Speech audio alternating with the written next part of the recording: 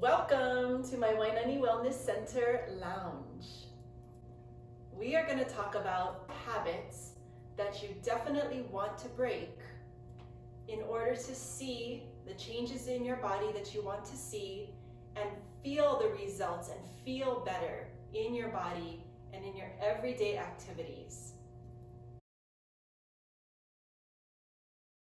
Number 1 is good posture.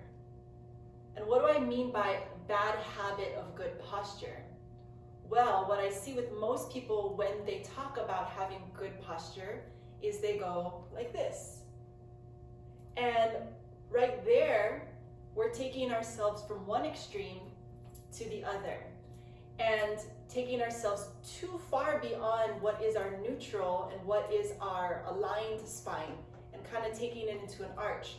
So when you go there, what's going to happen from this standard posture is we go into the arch, and that's going to start to compress the low back.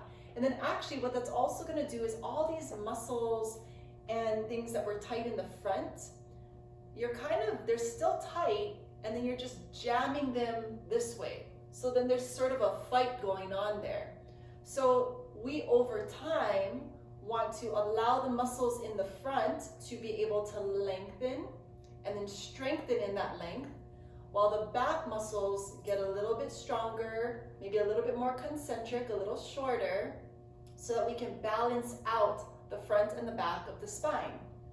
Now, of course, the sides of the spine are important too, but as we get the front and the back more balanced and we get all of the tissues in the right sort of organization and the bones in the right place, that's when we actually have our optimal posture, instead of going into this sort of fake posture that we think is good posture.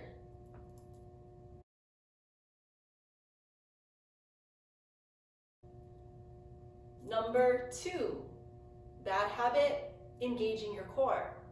Again, that might sound crazy, like I'm supposed to engage my core. And yes, there are times when we want to engage our core. There are times when we want a little bit more specifically core stability. But often what I see is the idea of core is translated into this, and really just flexing the abs, flexing the spine, and tucking the pelvis. Once again, that's going to create a little bit of an imbalance where the front of you is very short and then the back side of you is going to be really long and in a way tense. So actually there will be tension both front and back.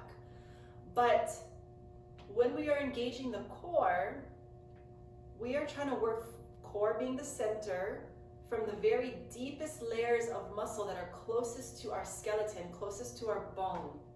So when we're doing flexion like this, like our six-pack abs, those are more superficial muscles, and those muscles are responsible more for movement. So those muscles help us to flex, to be able to go into that forward motion of flexion for movement.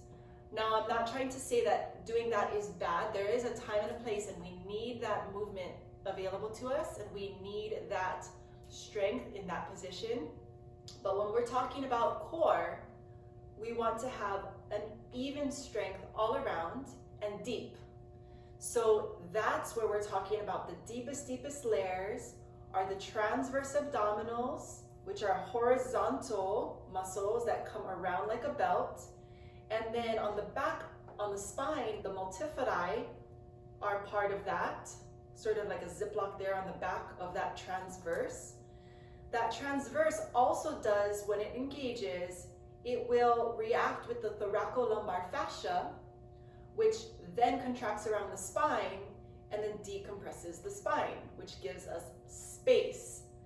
And then we've got pelvic floor and diaphragm as the bottom and the top of that canister of our core. So those are the muscles that we really want to learn about, know how to engage, and then we're looking at being able to use those muscles to stabilize our pelvis and our spine in doing other motions.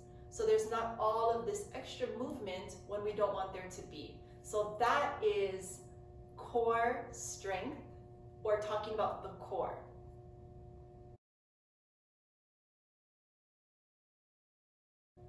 Number 3, I see a lot of people doing their very best to go into full hip extension, but then missing it just by a few little millimeters or a few degrees. So many of us, when we're in a standing posture, say you're in Tadasana in your yoga class, we're standing up tall and we got our good posture, right?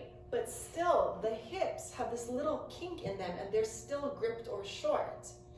So if we have that going on in the front of the hip, or even like in a lunge, kind of like what I'm in right now, my leg is behind me, but oftentimes how my leg is getting behind me is that my back is letting it get there. Instead of letting my leg fully get back on the efforts of releasing my hip flexors, which happens from engaging my hip extensors. So as you're using the hamstrings and the glute, which are there for hip extension, this is going to help that femur bone come into the right position in your hip joint to then allow for the tissue to lengthen. And then it's this beautiful back and forth between the hip flexor and the hip extensors, whereas this can be more open, this can get a little bit more engaged. As this can get more engaged, this can get a little bit more open. So the perfect example again would be Tadasana, using the grounding, using the hip extensors to get your hip open in the front. And then also in positions like bridge. I see this a lot in Pilates where we come up to a pretty beautiful bridge, but then we're missing the mark just that little bit. So you really want to find the techniques, find the cues that help you get into that very neutral pelvis, so it opens up the front of the hip and it connects at the back of the hip.